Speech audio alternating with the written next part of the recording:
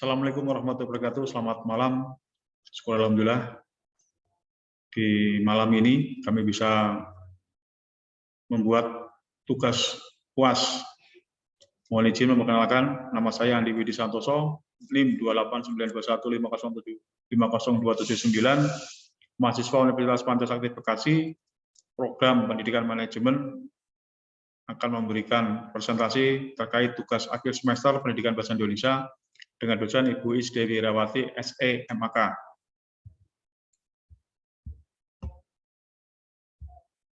Di sini kami akan menyampaikan pembahasan mengenai safety induction dalam bekerja. Kenapa safety induction perlu? Karena sebelum memulai awal pekerjaan di perusahaan, baik di manufakturi, di semikal, penting supaya para tamu, para kontraktor, bahkan karyawan sendiri mengetahui titik-titik letak-letak atau potensi-potensi berbahaya yang terjadi dalam bekerja. Ada kerangka pembahasan sebagai berikut: satu, pembukaan; yang kedua, mengapa pentingnya safety induction; yang ketiga, insiden apa yang bisa terjadi apabila kita tidak melakukan safety induction; yang keempat, penyakit akibat kecelakaan kerja; yang kelima, bagaimana kita meminimalisir kecelakaan kerja tersebut; yang keenam, penutup. Pembukaan. Assalamualaikum warahmatullahi wabarakatuh. Salam sejahtera bagi kita dan selamat pagi. Dengan semangat pagi, kita tindakan budaya K3 di perusahaan kita. Yang terhormat Bapak Budi selaku manajer HRD PT Gembira Selalu, Bapak Rohmat selaku manajer safety PT Gembira Selalu, Bapak Eka selaku rekanan kontraktor PT Rukun Bersama, serta Bapak leader kontraktor yang tidak bisa kami sebutkan satu persatu. Dalam safety induction pagi ini, kami akan menyampaikan beberapa poin sebelum Bapak-Bapak bekerja di perusahaan kami. Bapak tenaga kontraktor PT Rukun Sejahtera, sebelumnya kami ucapkan terima kasih dan selamat datang di perusahaan kami, yaitu PT Gembira Selalu.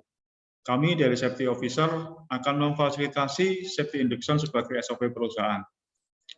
Adapun sekilas perusahaan kami, PT Gembira Selalu bergerak di bidang semikal, di mana terdapat lokasi-lokasi berbahaya.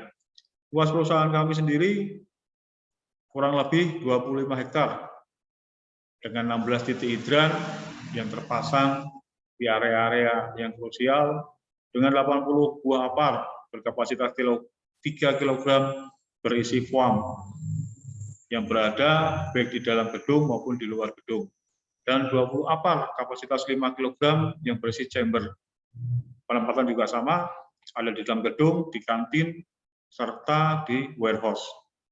Safety induction ini bertujuan sebelum kontraktor baru memulai pekerjaan dapat memahami karakter serta bahaya yang ada di perusahaan kami, sehingga karyawan kontraktor yang bekerja dapat melakukan aktivitasnya sesuai dengan standar keselamatan yang berlaku di tempat kerja, serta memahami menggunakan perlengkapan alat pelindung diri.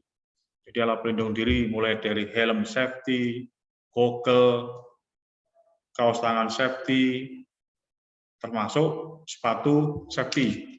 Bahkan kita menggunakan namanya webbing atau sling pada saat bekerja di ketinggian.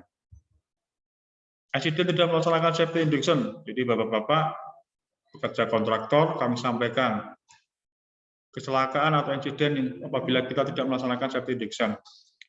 Kecelakaan atau insiden datang secara tiba-tiba tanpa mengenal waktu. Yang perlu saya garis bawahi, kecelakaan itu datang tiba-tiba tanpa mengenal waktu.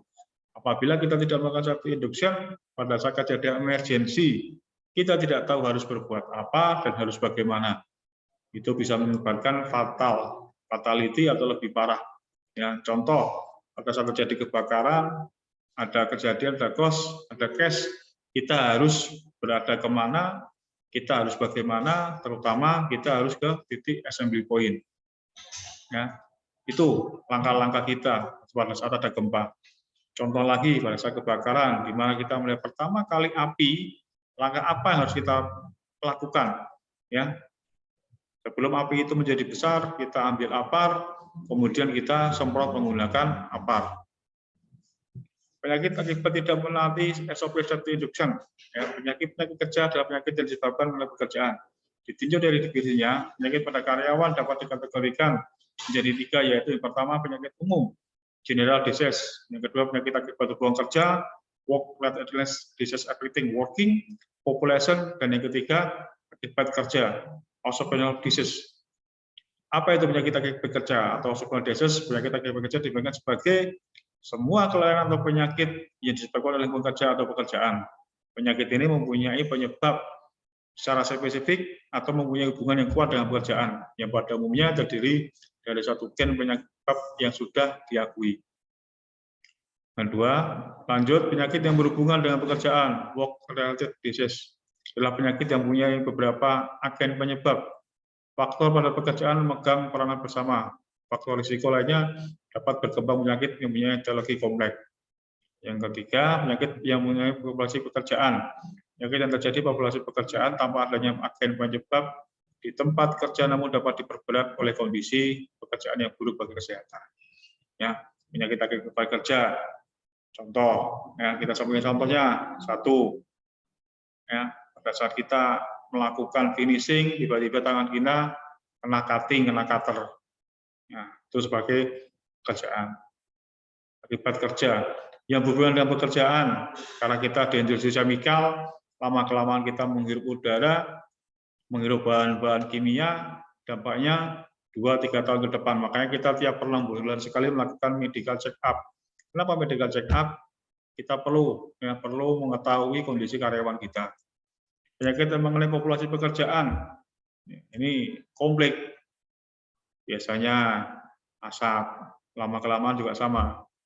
Terus beban pekerjaan yang lebih berat.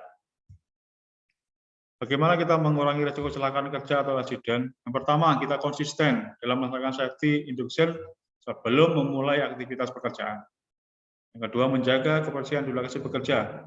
Sebelum dan sesudah kita bekerja, kita bersih-bersih alat, kita bersih-bersih sekitar area tempat kerja. Yang ketiga, menggunakan alat pelindung diri sesuai SOP. Helm dipakai seperti apa, tali helm seperti apa, goggle kita pakai, masker kita pakai, kita taati sesuai SOP.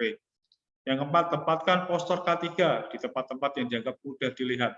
Dengan karyawan melihat poster-poster atau baliho mengenai keselamatan kerja, mereka akan mengerti dan sadar akan pentingnya keselamatan kerja. Yang terakhir, keselamatan dimulai dari sendiri. Ya, keselamatan dimulai dari diri sendiri. Kita sebelum berangkat kerja dari rumah kita berdoa, sampai di tempat kerja kita melakukan self induction, sampai setelah bekerja pun kita juga berdoa, sampai pulang pun kita tetap selalu berdoa. Siapa lagi kalau bukan dari diri kita sendiri. Penutup, demikian self induction di perusahaan kami sampaikan. Atas perhatian dari kontraktor PT Gembira Selalu, saya selaku safety officer mengucapkan terima kasih dan salam K3. Wassalamualaikum warahmatullahi wabarakatuh. Selamat pagi.